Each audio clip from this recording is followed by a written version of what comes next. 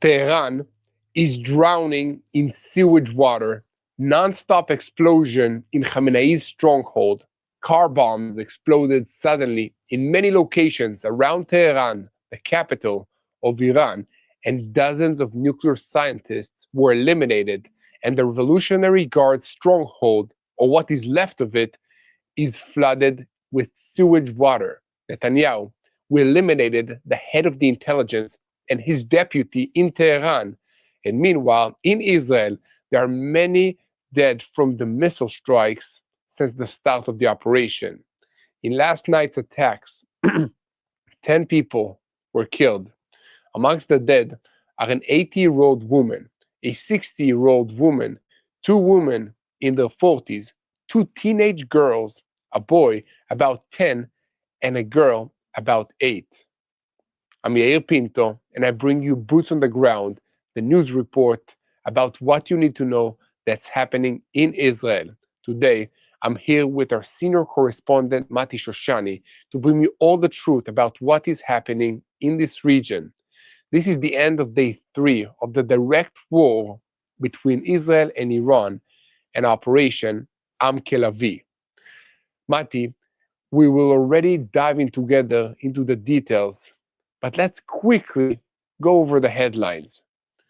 Is this the beginning of the end? Is Iran taking a hard blow from Israel? Let's go to reports from Iran. Cars exploded in Tehran unexpectedly, and at the same time, more nuclear scientists were eliminated. And on the streets of Tehran, several cars exploded, and according to the report, more nuclear scientists were eliminated.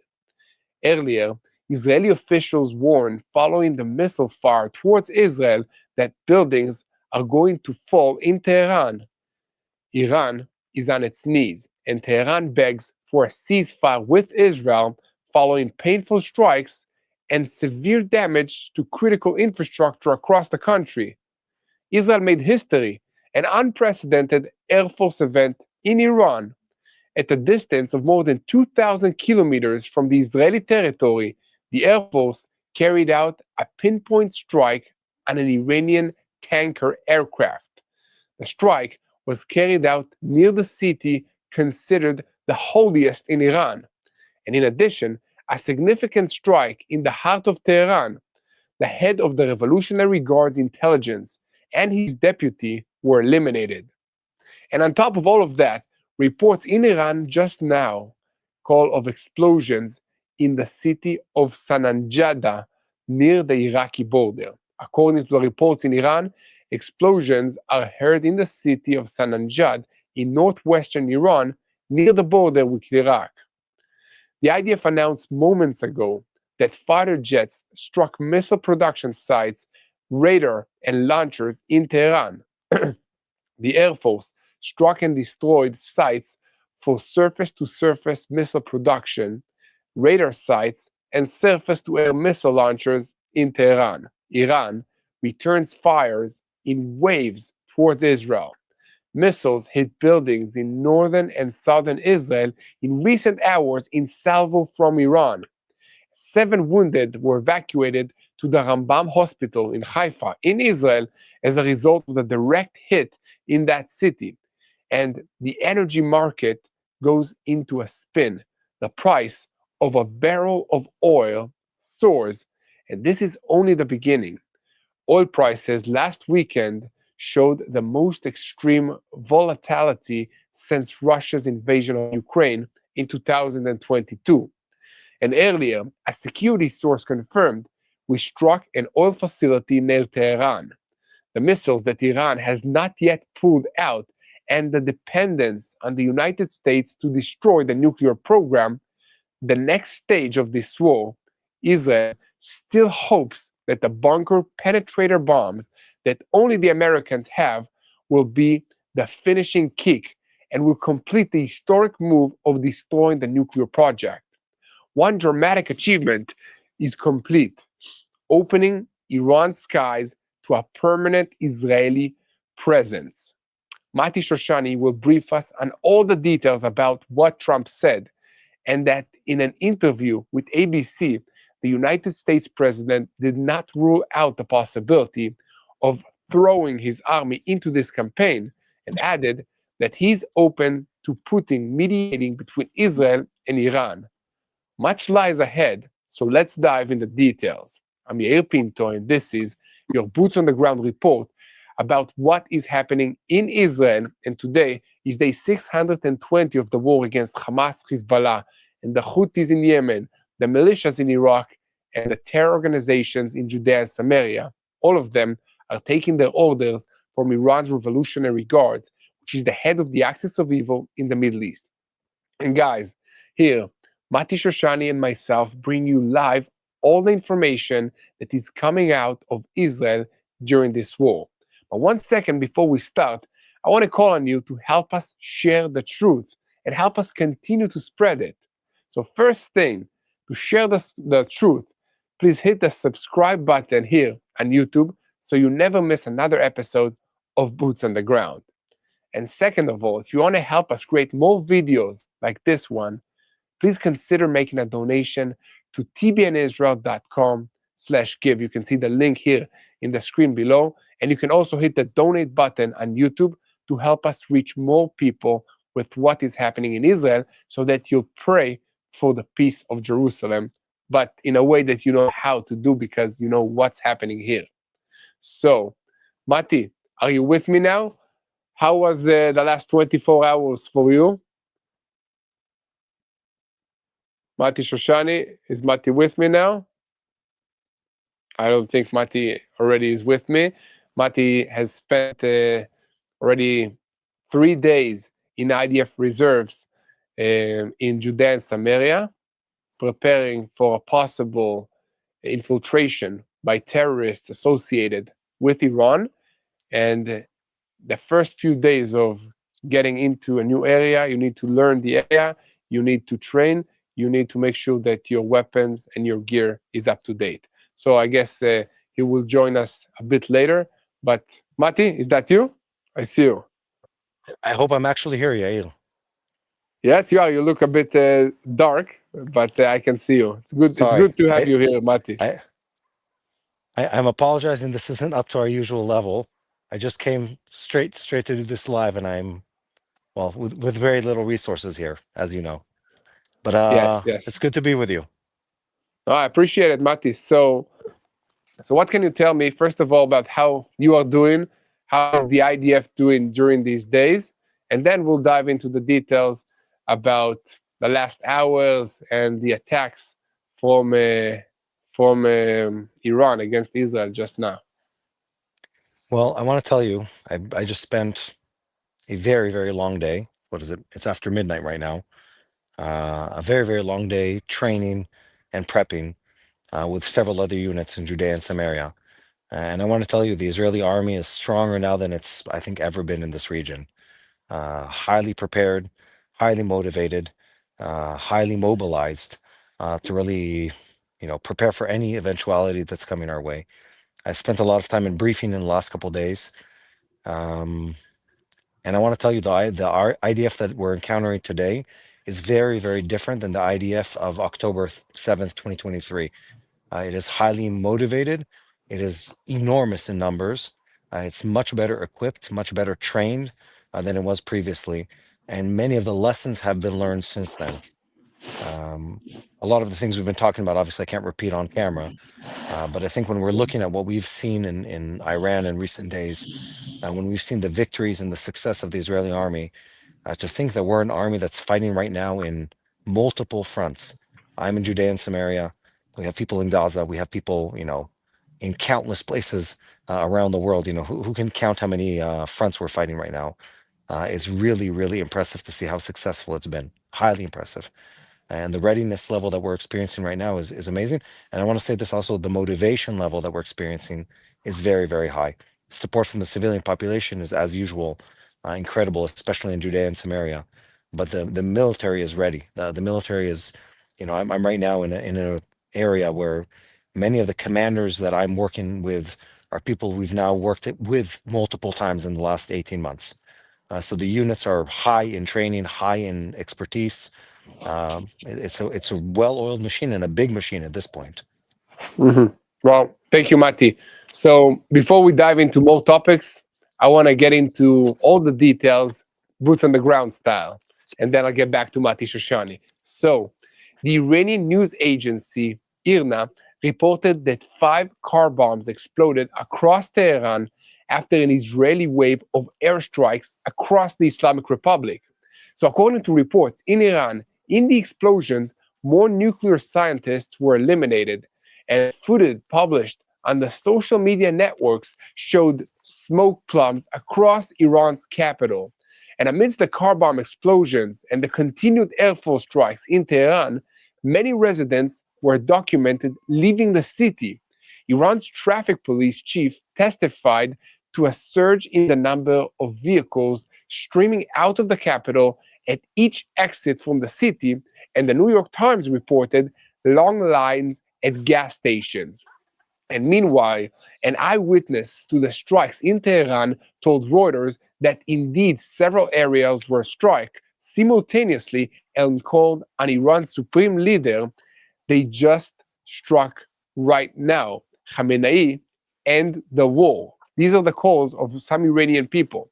And amidst the car bomb explosions, the continued Air Force strikes in Tehran, many residents were documented leaving the city. And Iran's traffic police chief testified to a surge of number of vehicles. Guys, this is something crazy. It's not normal to hear these reports from a people that was under this evil regime for so long, because this regime was oppressing the Iranian people, and now they feel that they have an option to rebel, even if just a little bit. Okay, so let's pray for these people. So we have eyewitnesses that watched the strikes in Tehran that told Reuters that indeed several areas were struck simultaneously, and called on Iran's supreme leader. They just said to him to end the war. This is different sources that reporting the same thing. The people of Iran are calling on the supreme leader to end the war. And the Air Force, today, the Israeli Air Force struck an Iranian tanker aircraft at a distance of about 2,300 kilometers.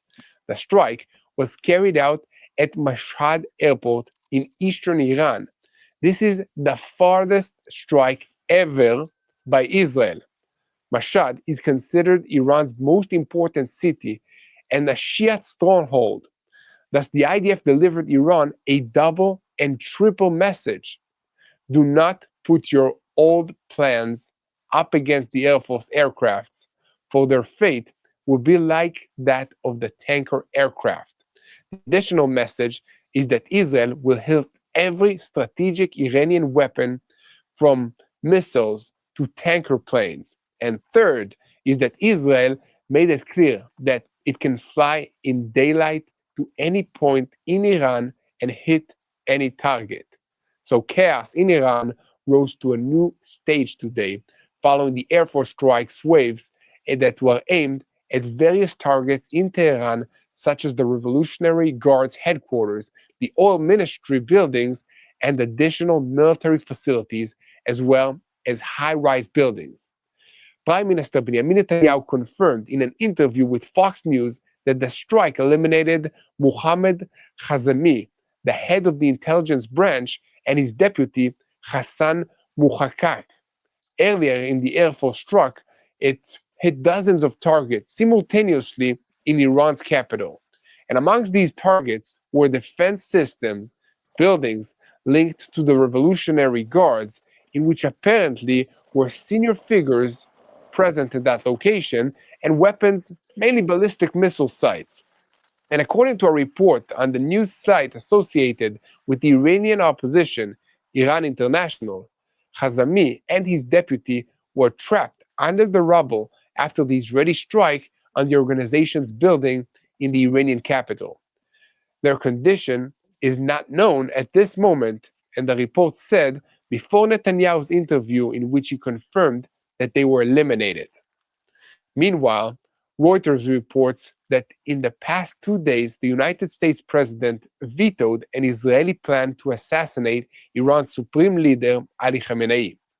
The strike in Mashhad is the farthest since the start of the operation and amongst the farthest ever in the history of the Air Force. Yemen is about 1,900 to 2,000 kilometers from Eilat, which is the southernmost city in Israel, an operation Wooden Leg, in which the Air Force struck Palestinian Liberation Organization's headquarters in Tunisia in the 1985, was about 2,300 kilometers from the Israeli territory. So today's strike required in-flight refueling, but the fact that the Air Force created a secure corridor up to Tehran allows the Air Force to fly high with many munitions and almost no need for aerial refueling. Israeli sources said that in response to the ballistic missile attacks from Iran, which caused the deaths of more than 10 people and led to hundreds more that were wounded, buildings are going to fall in Tehran. And a senior cabinet source added Iran will intensify the attacks against civilians in Israel because it thinks that the home front is weak and this will break us. But they are greatly mistaken. We will defeat them. A senior security source delivered a message to Tehran. We still have many surprises. There is great determination in Israel. There is no real pressure on Israel to stop. They want us to finish it. Behind the scenes, there is a start of mediation arrangements, but there is not yet a concrete ceasefire proposal. And I will just report, to top it off, that floods of sewage in Tehran follow sudden infrastructure damage. In the Iranian media, they accused the Mossad agents sabotaged a sewage pipes. Mati, what do you think about all of this situation? What do you say about the sequence of the strikes? And what is Israel focusing on right now? One, I'm impressed. Let's start with that. And I think we all should be impressed. Look, what's been going on in Iran is amazing. We're living in history-making days and possibly weeks. And what the Israeli Air Force has done in Iran is nothing short of amazing. And I need to contextualize this for people. For years now, people have thought that Iran is untouchable, that their ring of fire doctrine, around Israel, the Hezbollah, their proxies, their missiles, their strategic missiles, their anti-aircraft missiles, it's enough to stop anyone. And even the great U.S. and its allies were wondering, well, can we attack? What will be the cost of the attack? What will be the casualty toll from this attack? And meanwhile, on day 1.5 of Israel's attack in Iran, Israeli planes are literally loitering in the skies of Tehran. They're able to run missions where they're playing pickup on various targets for multiple hours over the capital of the Iranian people. And then we know that Israel has been very creative, and by very I mean historically, uniquely, impressively creative in facilitating some incredible solutions. Cyber attacks, hiding drones within the deserts of Iran, using people from within the Iranian society to attack, and probably countless other crafty, clever, and unique ideas to obtain the targets, to obtain the intelligence, and to get on their case. And the sewage might be related to Israel, it might not be related to Israel, but I wouldn't be surprised if it was. I mean, today's cyber warfare often goes after infrastructure. Military facilities are usually well guarded. It's very expensive systems, so people spend a lot of money protecting them. But when it comes to civilian infrastructure, I mean, think about recent attacks that have taken place in North America, recent attacks that have taken place in Europe.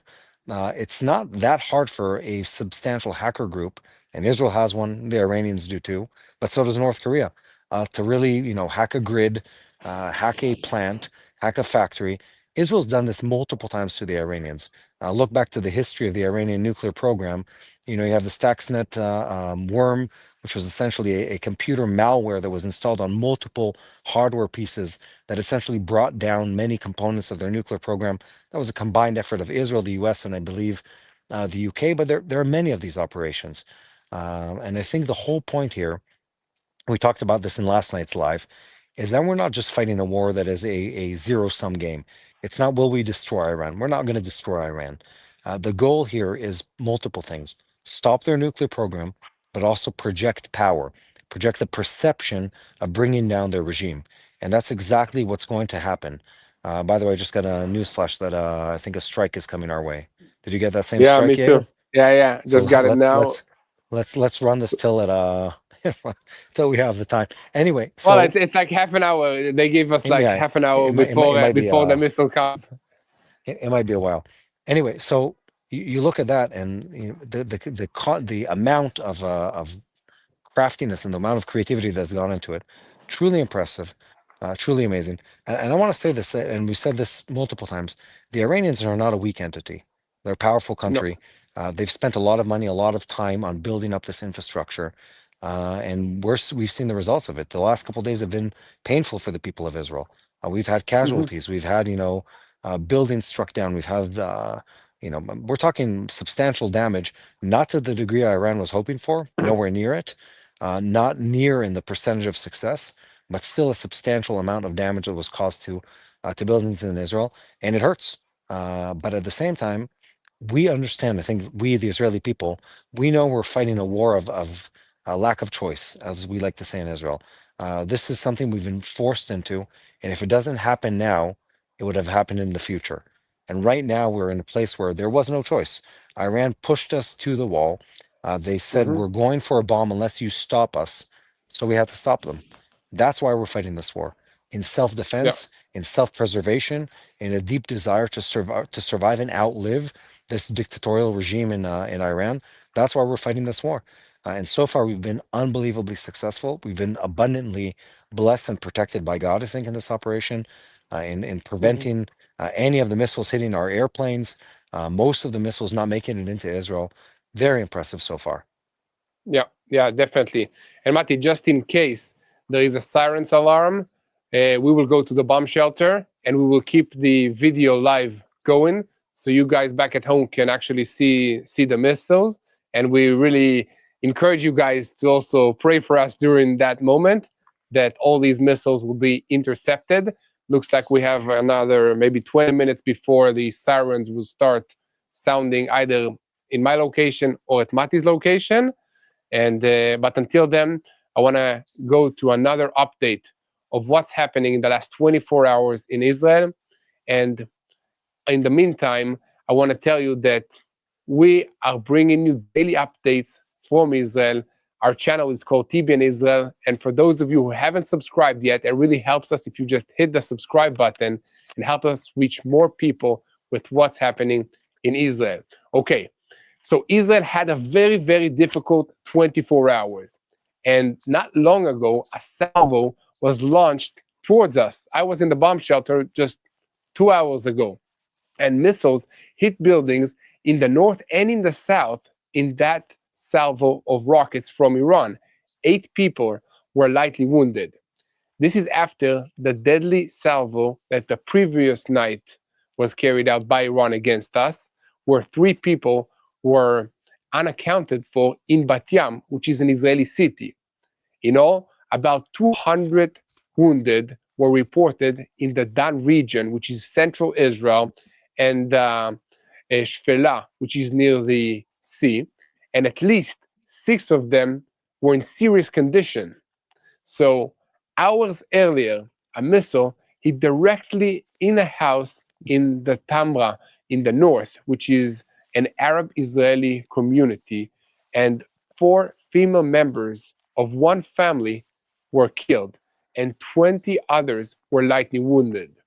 Mati, can you explain why until today the missiles of the Houthis or of Hezbollah did not cause such damage, and now we are seeing missiles with clearly different destructive power? I mean, Iran launched missiles at us before, already twice in the past 12 months, and in the previous strikes, only one missile landed in the desert of Israel. Now it seems like every salvo has direct hits. What changed? A lot has changed. One, Iran has different types of missiles, and that's important to note. Two, these systems are not plug-and-play systems. There's a fine-tuning element to them, and there's a learning curve to them. Look at the Israeli Iron Dome that is, renowned around the world for being accurate and being effective. It has close to 100% efficacy rate now in the right conditions, which is something unheard of in missile defense systems, and definitely short range with such a small warning time. It wasn't anywhere near that when the system was launched. There's a learning curve on the algorithms behind the radar systems. There's a learning curve on the machine learning and the optical processing when it comes to the optical and electronic processing on the missile heads themselves, on the guidance systems, on interpreting conditions that have to do with weather, precipitation, wind. It's countless other factors that go into that. And Iran has been learning. It's been studying our systems. This isn't, by the way, the first time they've been successful. Even early on in the war, they were able to bring in, drones, figuring out cracks in our defenses. Look, we're not impervious to attacks. We try really, really hard, and our Air Force has done really well so far, but it's not a perfect system. And I'd say there's another element here. Iran is an enormous country. They're a country close to 90 million people, compared to Israel's, let's say, 8 point something million people in the state of Israel, depending on how you count with the Palestinian population, etc. We're a much smaller country. They've spent an enormous amount of money and have received also a lot of help from North Korea, help from other countries, and really in building up their arsenal of missiles. At the same time, they've fired many missiles. Day one, I think there were over 250, missiles total, multiple very large groups of missiles coming together. And I think part of this really is that when you look at this, and I know it's weird to say this, the weapons fighting against each other, the Iranian system and the Israeli system, we've had the first row seat to these shows for multiple days now, looking up to the sky, really seeing them. These systems are flying at enormous speeds. They're traveling from within the atmosphere, out of the atmosphere, and then back down into the atmosphere. And when they're coming in at speed, incredible speed, actually. And I'm saying this as a layman, looking at this. The fact that we've been able to intercept the vast majority of them is unbelievable to me. I mean, absolutely unbelievable. And the fact Yeah. that some of them got through, it was expected. It's not a surprise, by the way. The Israeli government warned the Israeli people, Prime Minister Netanyahu, the Minister of Defense, several other government ministers and spokespeople have warned the people that this is going to be painful and it's going to be longer than we anticipate. And this isn't just another Hamas or possibly even another Hezbollah. And I want to remind you, Yair, and I think many of our viewers might have forgotten this, that, a year and a half ago, Israel expected that when we launched an attack against Hezbollah, we'd have tens of thousands of casualties in Israeli society. We were expecting to have city blocks wiped out by Hezbollah rockets. That was the expectation. We said that when we would attack Iran, it would bring to a stop, which it still could, by the way, the economy of the Middle East, specifically as it relates to maritime trade. We talked about them bringing down, again, substantial numbers of buildings within Israel, and they've fired hundreds of rockets at us. And many of these rockets, it's hard to imagine how big these things are.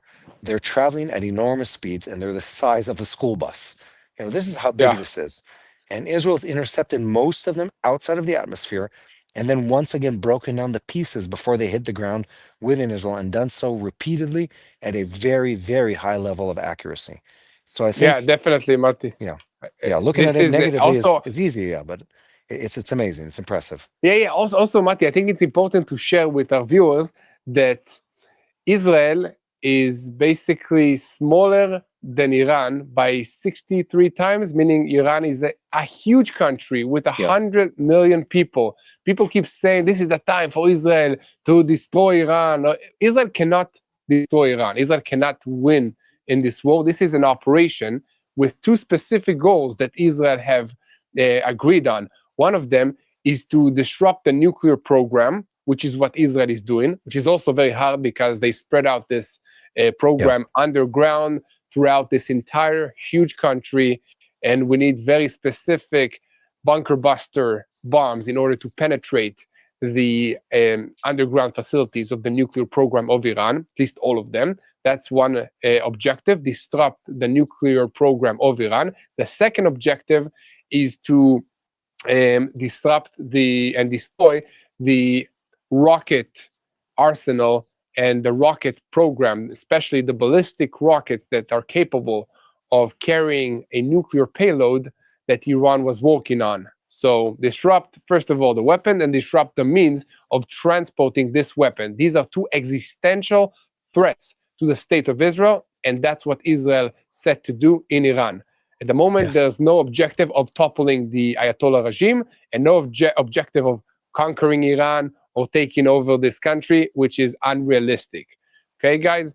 But in the meantime, unite in prayer, because this is a situation that involves all of us. This can escalate into a larger war than just Israel and Iran. And we need your help. We need your help in spreading the truth. We need your help in clicking the subscribe buttons to help us reach more people of what's happening on the ground in this conflict. And so also for you not to miss another episode of Boots on the Ground. And guys, just now a report has come from the Iranian news agency Fars that an Israeli UAV struck the Tehran police building and that a number of policemen were wounded. And at the same time, the Lebanese network El Mayadin reported explosions in Tabriz. And in addition, two sources told Reuters that at least 14 nuclear scientists were eliminated in Israeli strikes. And according to the sources, the scientists were also killed in car bomb explosions. Is this another Mossad thing? Let us know in the comments, guys. And at this very moment, I'm being told that the Air Force, the fighter jets, have struck and destroyed surface-to-surface missile production sites, radar sites, and surface-to-air missile launchers in Tehran, the capital of Iran. And United States President Donald Trump stated this evening that Washington might intervene in the confrontation between Israel and Iran, as Israel hopes the United States will join the efforts to drop its game-changing weapons to wipe out the Islamic Republic's main nuclear sites. In an interview with ABC, Trump said again that for now, the United States is not involved in the clash, but added that there is a possibility we will intervene. He also said he's open to the idea that Russian President Vladimir Putin, Tehran's ally, will mediate between the two sides. He is ready. And this is a quote from Trump. He said, he is ready. He called me and talked to me about it. We had a long talk about it. Trump's ABC comments came shortly after a post on his Truth social media account in which he wrote that peace between Israel and Iran is coming soon and that many talks and meetings are taking place now without deliberating any further. He posted this minutes after Iran's salvos of missiles at Israel, while the IDF continues to strike across Tehran and destroy their facilities, their military installations. So Iran and Israel need to make a deal, and they will make a deal, just as I made India and Pakistan do, using United States trade to bring reason, cohesion, and sanity to talks with two great leaders who quickly decided and stopped. This is according to Donald Trump, the President of the United States. He said he had also prevented war between Serbia and Kosovo, and that the peace now prevailing, he claimed, between Egypt and Ethiopia over the Nile Dam was thanks to his intervention. Similarly, we will soon have peace, all capital, between Israel and Iran. Trump wrote, many talks and meetings are taking place now. I do a lot and I never get credit for anything, but that's okay. The people understand. Will make the Middle East great again. He wrote the word peace in capitals for emphasis in his post. So he may have meant a ceasefire, though in the past he spoke of wanting hardly realistic anytime soon to bring Iran into the Abraham Accords. So now we hand the mic over to Mati Shoshani. And Mati, can you tell us what Trump is saying here in this situation. Can you give us more detail on the current situation, and will America join the party? Yeah, well, hold on just a second, Yael, just a second.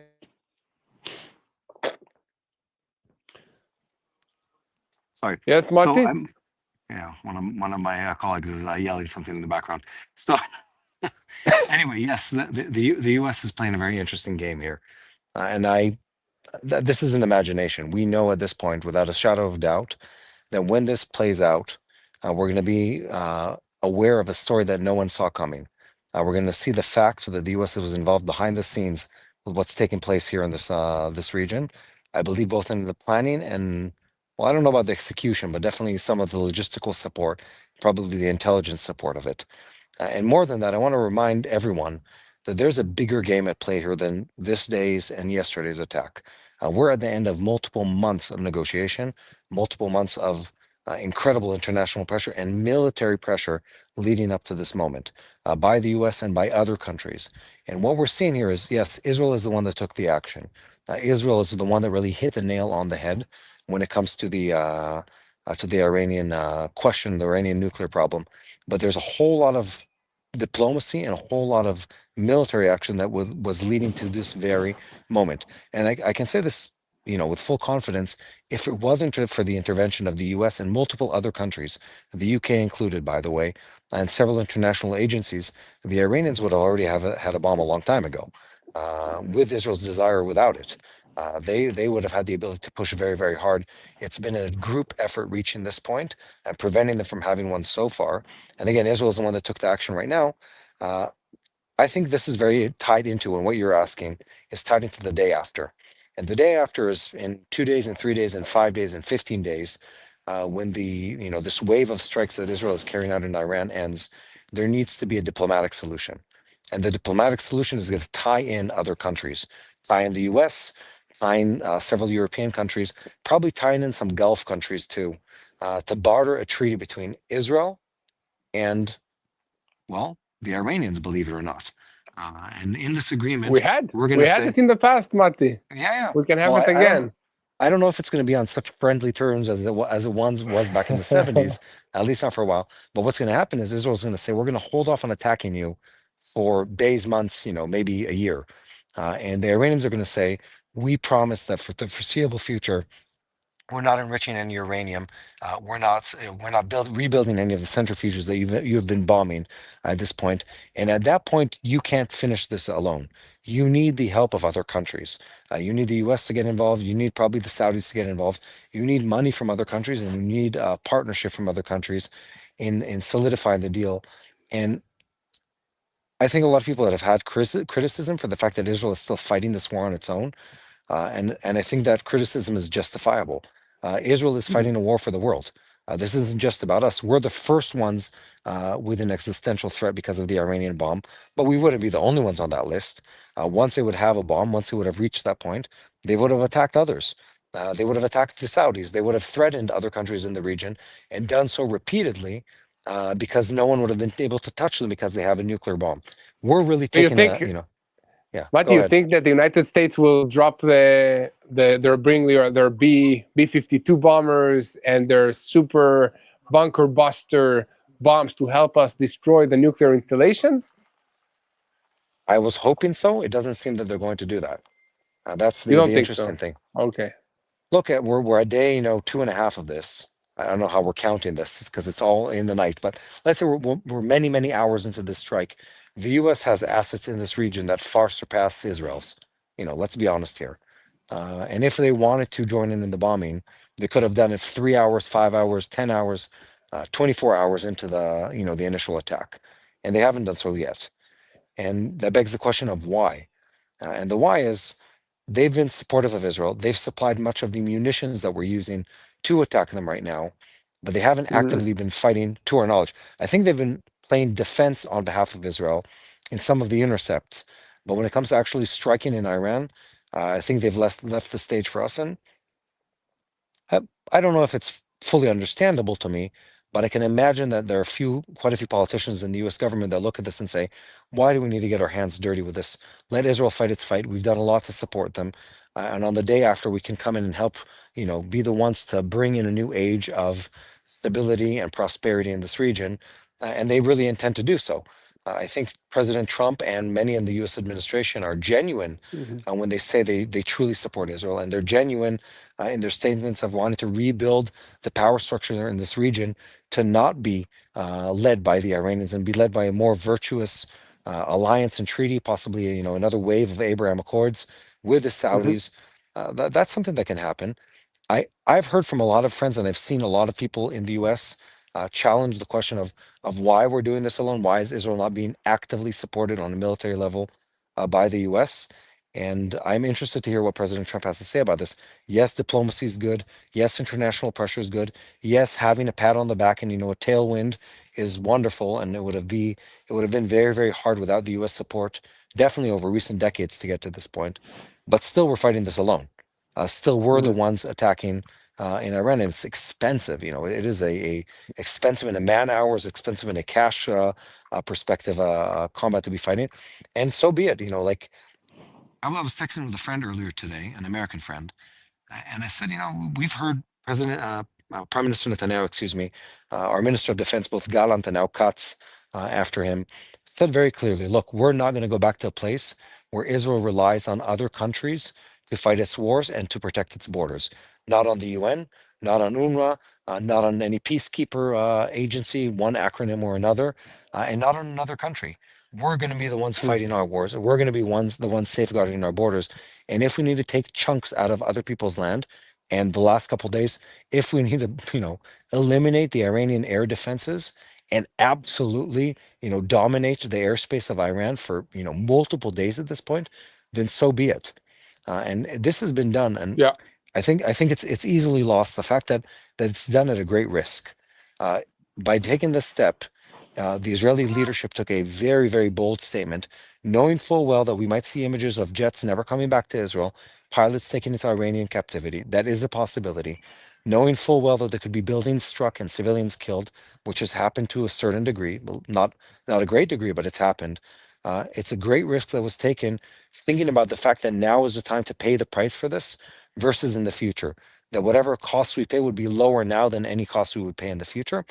And I Okay. think I share that sentiment, as do many others in Israel. Mati, I'm just receiving updates here from Tomer, our director, that at the moment there is a multiple launch of missiles from Yemen and from Iran underway here to Israel. So if we will hear any sirens soon, it will be because they are coordinating a missile strike between the Houthis in Yemen and Iran to launch an attack against us now. Well, Sounds very, looks skies are very, clear. Skies are clear where I'm standing right now. So yeah, me too. But as we said, these missiles are very, very fast, and we'll see what happens with that. But definitely, Mati, this is a historic moment, and I don't know, it's a reality that we live in now, and I really hope that the United States will join us. I mean, I rather fight this war side by side with the best army in the world and our biggest ally than to do it alone. It will also be a lot faster for us here in Israel to complete our objectives with the United States by our sides. But if they're not with us, we can still carry to do this war on our own at this moment, as long as we have the support from our allies to intercept all these missiles. So, Mati, thank you look, I so can much. What? can I make a historical comment quickly? I think it's Yeah. interesting. I'm running through my head as you said that when you look at U.S. Foreign policy over the last 100 years or so, they go back and forth between being dragged into wars that they were trying to avoid and moving too quickly with wars that they shouldn't have gone into or shouldn't have gone into in such speed. It took a lot to pull them into World War One. Took a lot to pull them into World War Two. But then some other wars, they should have, possibly waited and planned out things a little more before going into. And Mhm. I think in this case, you probably have those two forces playing the same game. Hold on, you don't know where this is going. You want to choose your battles. You want to think about how you go approach this entire thing. And probably people on the other side saying, go straight in. But what a legacy that would be for President Trump and for the current, Republican leadership of the U.S. Administration. Yeah. Yeah, to be part of the bringing down the most evil government in multiple lifetimes. I mean, when in history, again, since the Nazi regime, when have you had a government that it was so openly demonic and diabolical in its intentions, so clear about their desire to bring death to people around the world, to destroy the way of life of other people? I mean, these people go out of their way to bring destruction. What a legacy it would be if they would be part of bringing that down. An amazing Yeah, legacy. yeah, definitely, Mati. I agree completely, and let's see what happens. I mean, this is historic. These are historic times for sure. And guys, I want to take you into the step-by-step operations of the Israeli Air Force in Iran. The Israeli Air Force is now carrying out digging strikes, or you can call them basically giant bombs against the Iranian installations. So, what is certain now is that the Air Force needs a fair amount of time to actually peel on its own the layers of defenses in Iran, both the natural and the armed defenses that protect the nuclear facilities that are scattered across Iran, which is 80 times larger than Israel. Okay, Iran is 80 times larger than Israel. Only in this way can it inflict real damage on Iran's nuclear program, which is digged underground. So that's why we are talking about the American Buster bombs, unique of their kind in the world and amongst the few that exist on this globe, and they can shorten this mission and complete it. And if United States President Donald Trump gives the green light alongside the historic and the powerful opening blow that the Air Force dealt to the sites in Iran's nuclear project, to the ballistic missile facilities, and to the senior security leaders who were eliminated within minutes, Israel hopes for a final and crushing destruction of the various nuclear facilities scattered in different places throughout the vast Islamic Republic. So far, according to the IDF, the Natanz nuclear site has been severely damaged, and the strike on the Isfahan site has begun, but the Iranians made sure to spread the many eggs, and by eggs I mean nuclear facilities, into a large numbers of baskets and hide them, including inside the capital, Tehran itself. Alongside the historic and the powerful opening blow that the Air Force dealt to the sites in Iran's nuclear project, and also, again, to the ballistic facilities and to the senior security leaders who were eliminated in minutes. So Israel now wants to create the final scenario together with the United States of America. So far, according to the IDF, the Natanz site has been severely damaged. Okay, this is one site out of multiple sites in Iran.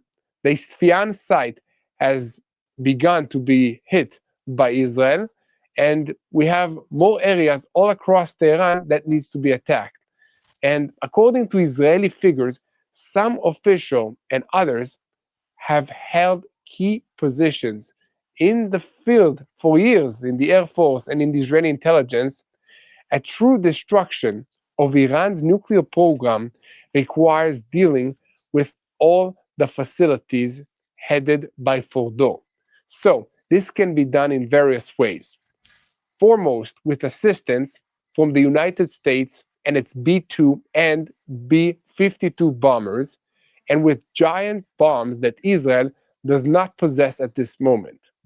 If the United States does not provide this finishing leg, Israel hopes that the aggregate will suffice to delay the nuclear project by a few years or bring Iran to agree to a better nuclear deal.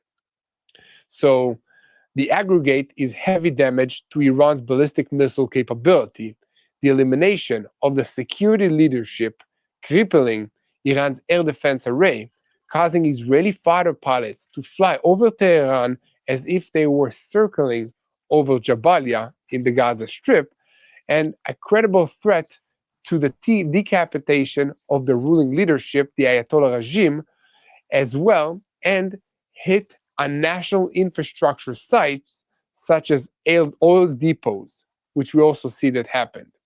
So it appears that the Air Force is operating according to an orderly and effective plan against the nuclear facilities, which are the core of the mission that it received.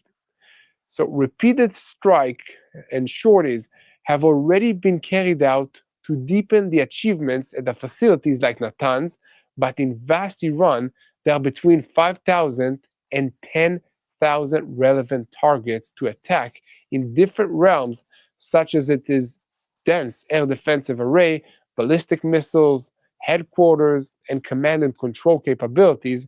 So it will take some time to significantly damage the nuclear facilities by way of peeling, which is what Israel can do at this moment. And even then, the result will not necessarily be optimal. Yet, what could greatly increase the chances of successful results in the strike of the Israeli only is deep intelligence. So, if the IDF knows exactly where all the nuclear facilities are that enjoy natural shielding hundreds of meters thick underground, Iran's weapons arsenal is also being worn down day by day now because of Iran's own use of it against Israel and because of the IDF strikes against the weapons arsenal. So, as of this moment, the Iranians have launched about 300 ballistic missiles in roughly 7 salvos during the first 2 days of this war. But according to estimates, they have still not used 2 central long-range weapons. These are the heaviest missiles in Iran's possessions, which carry a ton or more of explosives in the warheads, and the fast cruise missiles that are very difficult to detect, classify, and also to intercept. So, experts assess that observers following the confrontations between the two countries say that according to those experts, Iran may be saving these missiles for the continuation of the campaign and deliberately to be able to perform a finishing blow against Israel. So we will see and wait, and we'll see if Iran has these weapons, if they have the ability to launch them, if they're keeping them for a different stage of this war. And in the meantime, let's continue to pray for the IDF, continue to bring you the truth about what is happening here in Israel. If you guys have been praying for us for the incoming missiles now, so thank you so much, because we so far did not receive a siren's alarm to go to the bomb shelter. So hopefully the missiles that were on their way were intercepted outside of the Israeli territory. That's really great for us. And guys, if you like these videos and you like to stay updated with what TBN Israel, Yair Pinto, and Mati Shoshani are doing here, please help us. In order to help us, you can either hit the donate button on YouTube, and you can also go to tbnisrael.com/give. Okay, every dollar you give will help us create more videos like this one. So guys, subscribe to this channel, that helps us the most. Share the truth and pray. Pray for the peace of Jerusalem. Okay, now I want to share with you what has been hit in Israel. It's important for you to know and to understand that the Iranian missiles, they are missiles with frightening capabilities and frightening warheads, a lot stronger than what Hamas has been fired at us and what Hezbollah has been launching at us as well. The missile fire at Israel was apparently aimed at a number of Israelis' strategic sites, and after last night's fires into the country, the Home Front Command forces operated at all the sites that were hit by this fire. So the Rescue Brigade forces and the National Rescue Unit and Reserve Rescue Forces from the center of Israel, the Dan region, the northern part of Israel, Jerusalem, and central districts all arrived or at the impact zones across the country with the aim of assisting in rescue and evacuation at significant destruction sites in the town of Tamra, in the city of Rehovot, and in the city of Bat Yam. In Rehovot, a missile hit an open area between residential buildings and caused a structure to collapse. And after a prolonged effort by the rescue forces, a civilian was successfully rescued alive from the rubble. The missile struck not far from the Weizmann Institute in Rehovot, and the explosion caused damage to institute buildings, though they did not collapse and did not burn. And in Bat Yam, an Israeli city, extensive damage was caused to many buildings following a missile hit. And the current estimate is that at least a whole day will be needed to completely rescue the evacuation and complete the evacuation operations. The Home Front Command Forces continue to operate in that area, and they carry out searches for trapped persons and compile a list of those unaccounted for. At present, 7 persons are reported missing, and the Homefront Command notes that this is a very old building with no protected rooms in the apartments, which is a factor that harms the building's survivability, especially in front of a missile that Iran fires. And in the city of Tamra, during the night, a missile launched from Iran as part of a salvo towards the north scored a direct hit on a residential house, and as a result of that hit, there are several dead and injured, and great and significant damage was done to the property and to additional buildings in that area. So, the Home Front Command forces, together with other security bodies, rushed to the scene and carried out searches and rescued civilians from that place. And at the same time, the Saturday night strikes also included missile hits in areas geographically close to military installations, including various headquarters. And yesterday, a senior IDF official said that Israel had prepared in advance for severe scenarios, and amongst other things, the Air Force tripled its takeoff and its landing runways. This is for fear of attempts to damage aviation infrastructure that could disrupt the Air Force's operational continuity in launching strikes against Iran. So the IDF is doing its utmost to succeed in reducing the damage, and the defense systems are working non-stop. So we must listen to the instructions and also pray for this situation. So Mati, what do you say? How does the time in protected spaces affected you, especially now that you're in the IDF? Sorry, I was on mute.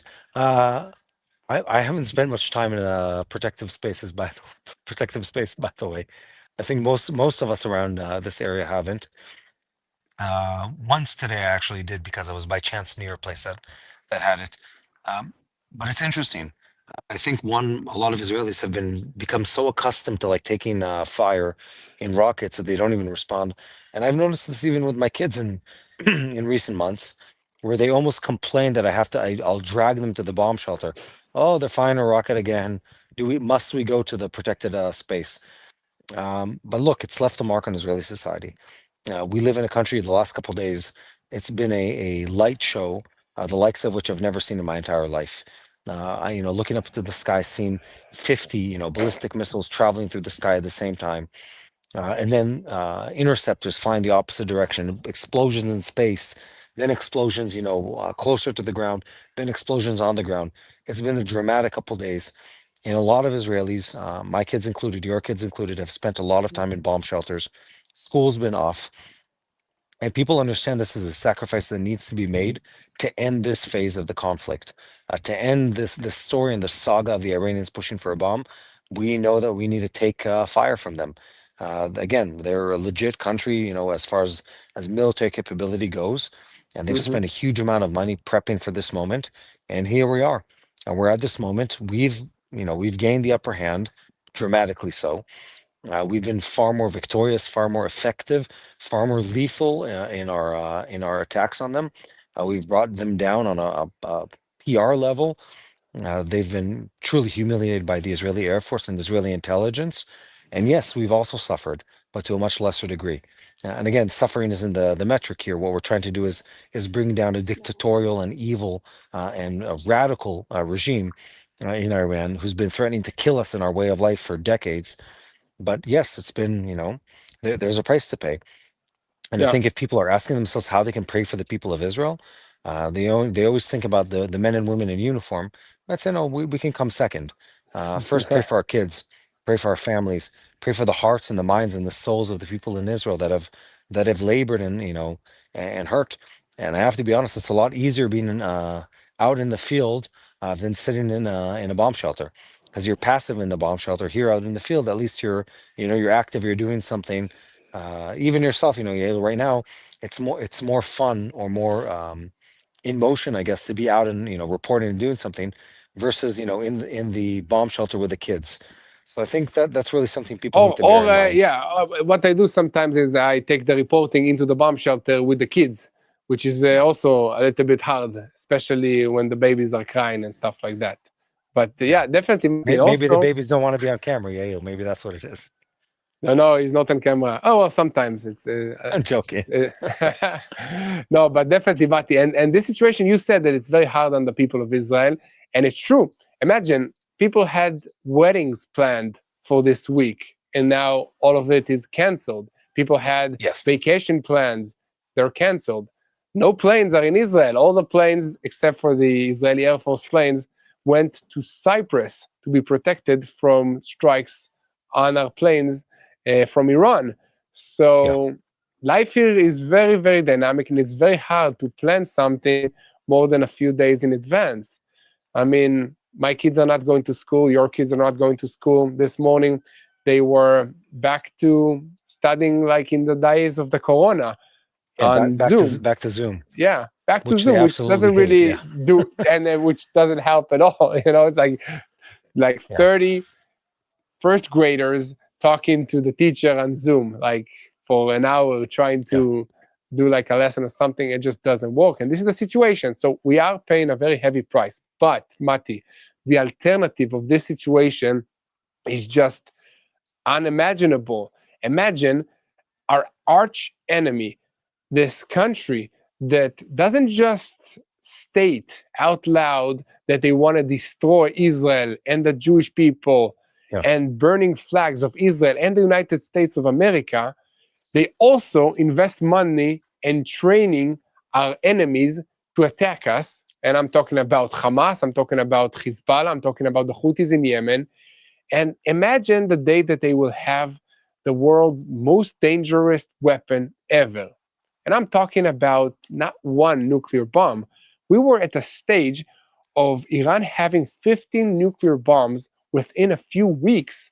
I don't think we could have waited any longer to carry this strike. This is an existential decision, and we had to strike Iran now before they had these nuclear bombs, because even one of these bombs had the capability of sowing damage like the Hiroshima nuclear bomb that was dropped in World War II. Far greater, bombs are nuclear bombs nowadays they are a lot evolved stronger. then. Yeah, they're considerably stronger. So, and it's interesting you say that, because what was it yesterday? Prime Minister Netanyahu gave a whole speech on the fact that this attack should have actually happened about 2.5 months ago. It was planned for, I want to say, mid or early April, and he didn't specify why, but he essentially alluded to the fact that there were reasons that prevented Israel from attacking back then, and that was the opportune time. I've watched and listened to a bunch of analysis about the timing of this, and essentially, like in military operations, especially large-scale bombings and invasions and stuff like that, you try to do things based off the ambient lighting. You do it when the moon is weakest. We did it in a full moon. There was a clock ticking that had a nuclear bomb connected to it. And the Israeli government said, look, whatever's coming, whatever the response is, whatever difficulty we have, now is the last time to do this without paying a much higher price. Let's do it. The U.S. is with us, without us, it doesn't matter. We're doing it, and that's where we are. And I want to tell you, I can almost guarantee that we weren't expecting to be so successful.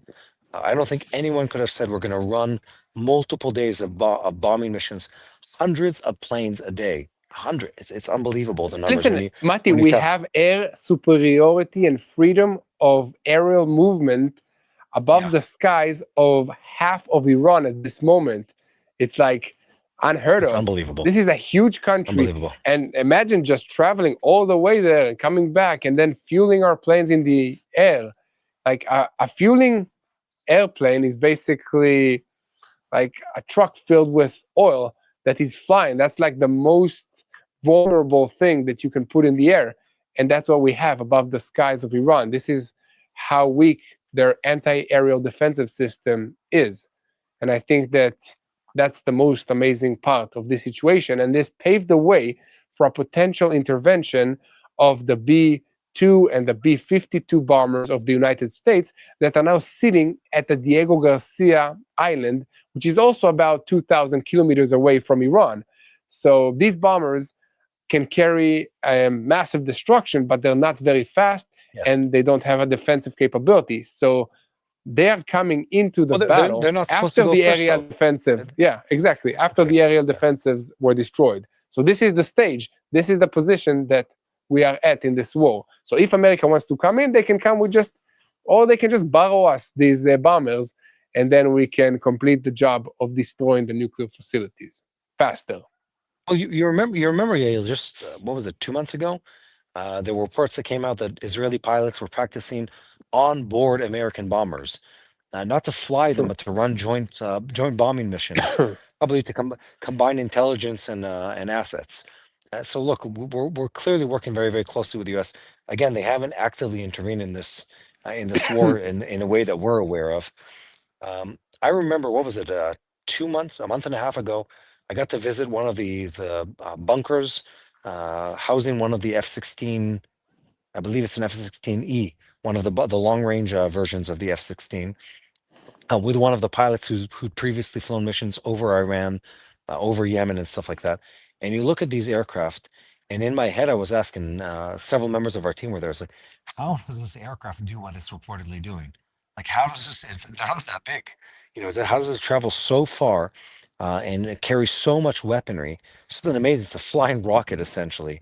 And you see what the Wow. Israeli pilots are able to do with it. They're flying to such extreme distances on something that, I don't think anyone, when they designed those planes, an F-16 and F-15E, thought they were going to be running bombing missions at a target that is 2,000 kilometers away, multiple days in a row. It's just like really pushing the envelope on what these aircraft are able to do. Yeah, definitely, Mati. Well, I think it's getting late here, Mati, and I wanted to say Absolutely. thank you 1 to all a.m. It's the about time to go viewers. to bed. Exactly. I wanted to say thank you to all the viewers who are caring about what is happening in Israel. If you want to help us really reach more people, just hit the subscribe button on this YouTube. And also, if you want to help us create more videos like this one, visit www.tbnisrael.com/give. And you can also hit the donate button here on this channel. Thank you so much for praying for the situation. Mati, do you have any prayer request? Yeah, like I said, obviously pray for my safety, my soldiers' safety. That's obviously high on the list, but also specifically my family, the families of my soldiers, families of the countless other soldiers that are out there. Safeguard their hearts, their bodies, and protect the people of Israel from, the flying evil that is the Iranian missiles. And let's hope that this night is a quiet night, and that if there is an attack, that it is completely prevented by Israeli air defenses. Definitely, Mati. Yeah, that's exactly what we should pray for. Let's pray for the people of Israel. Let's pray also for the people of Iran. I mean, Israel is not at war against the people of Iran. And I want to emphasize that. Israel is at war with the Ayatollah regime, with the Islamic Republic of Iran, with the IRGC, the Islamic Revolutionary Guards Corps, which are all terrorist organizations that have hijacked this country. We love the Iranian people, and we want to have peace with the Iranian people. And I think that this is an opportunity for them to rise up against the regime that they have. And let's pray that, it will happen in the most peaceful way possible. And let's pray for the peace of Jerusalem in the situation. Guys, I wanted to say thank you for joining me. Thank you for praying for Israel. Thank you for standing for the truth. And we'll see you again next time. Keep praying for the peace of Jerusalem.